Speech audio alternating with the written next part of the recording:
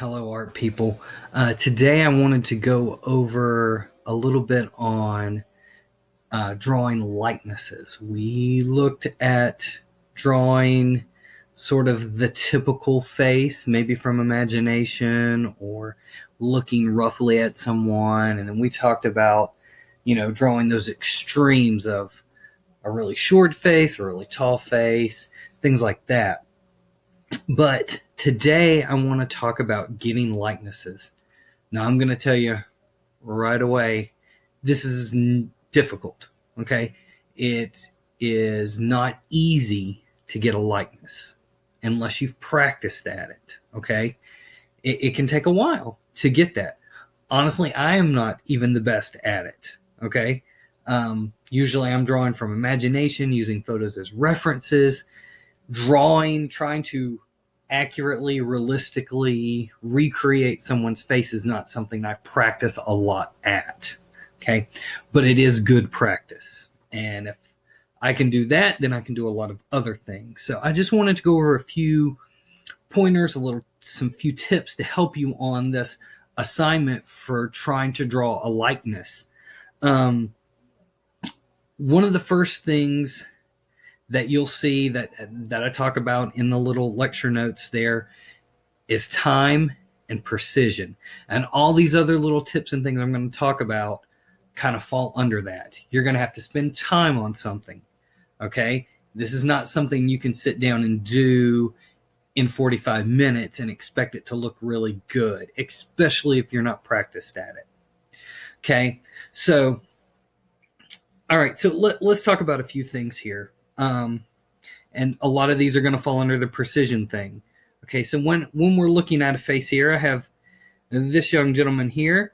That is one of the photos that you can use as, if you can't find one, I put it on there so you can use it if you want to, or, if you like it or whatever. So something to think about, to get a likeness, you really have to think about placement of facial features, okay? If I place his eye a little bit lower, notice over here on my quick sketch of it as well, this eye is a little lower, okay, than this one over here. Something I need to go back and correct if I'm going to work this all the rest of the way out. But little things, like if the nose is a little shorter, a little wider, or a little more narrow, it's going to sort of look like him, but it may look more like his brother, okay? Somebody related to him than this guy. And we really want to think about trying to get this person. So placement of those facial features are the biggest things, because that is what we use in our everyday life. When you're walking through the hallways at school or at the grocery store or wherever you normally are when we're not all stuck in our houses, you identify people just by placement of features, okay?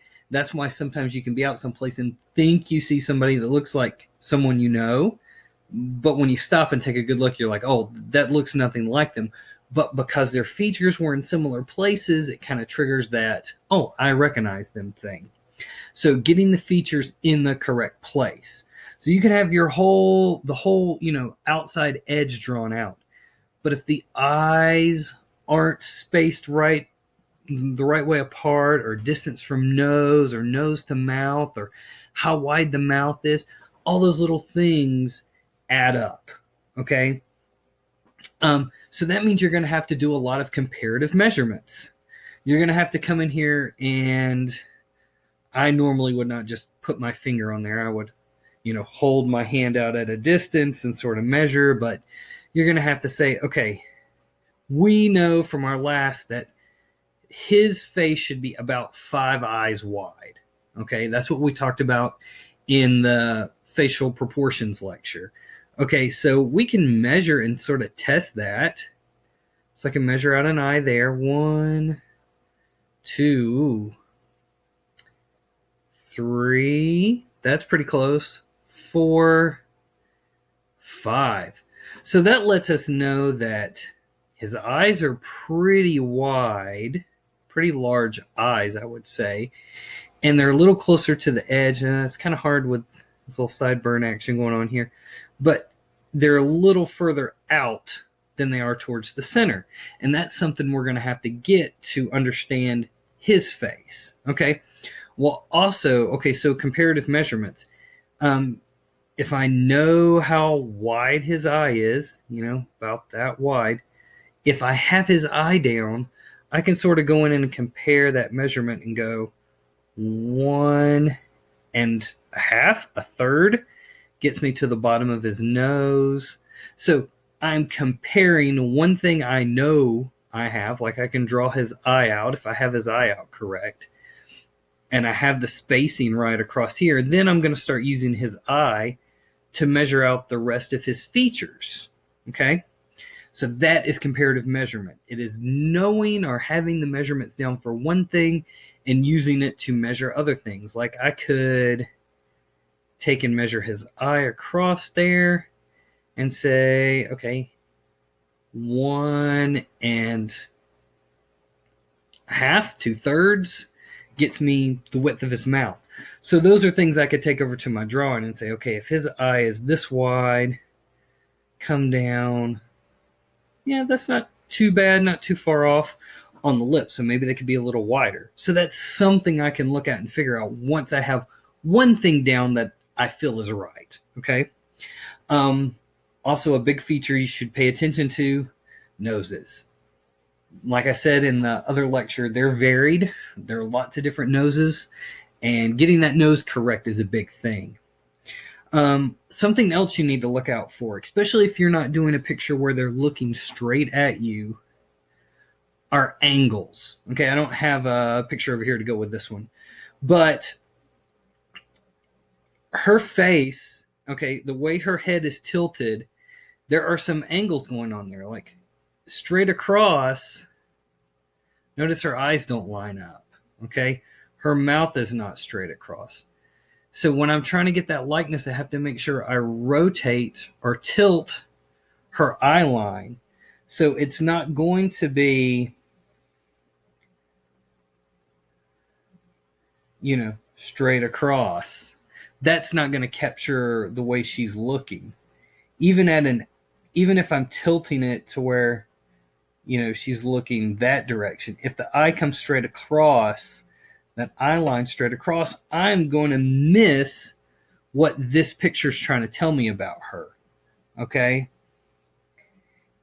And it's going to be harder to get my picture to look like this drawing. So I have to make sure that, yes, I have this line that runs down the center here, but that her eyes are on a tilt. Okay?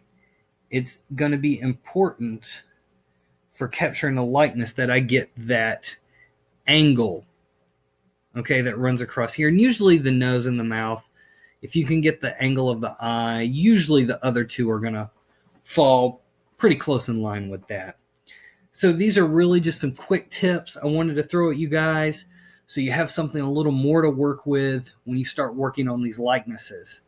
Now, keep in mind, I'm going to have you, before the due date, there's going to be another assignment coming up. I think it's on the 20th, where you're going to have to turn in your rough draft. I want you just to take a picture of whatever you have done so far so I can take a look at it and I can sort of point out a few little things that would be like, hey, you might need to fix it. But before you even get to me, there's a couple things you can do to catch your mistakes. You might be thinking you're doing pretty good. Okay, I know most of us don't think that when we're drawing. We don't ever say, oh, that looks pretty good. We might say, oh, that doesn't look awful, but never, oh, that's pretty good.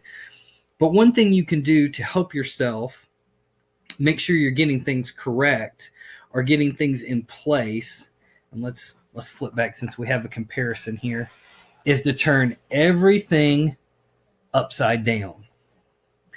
What that does, it helps disengage our brain from going, I kind of know what his face looks like. Now, on a subconscious level almost, we're seeing things breaking down to just shapes.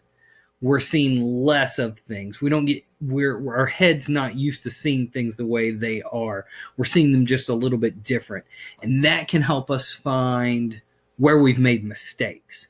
where we can correct things, how things need to be lifted up. And if I had done that, I might have noticed that his eye was too far down over here and needed to come up, and everything on this side needs to move up a little bit, this eye and eyebrow.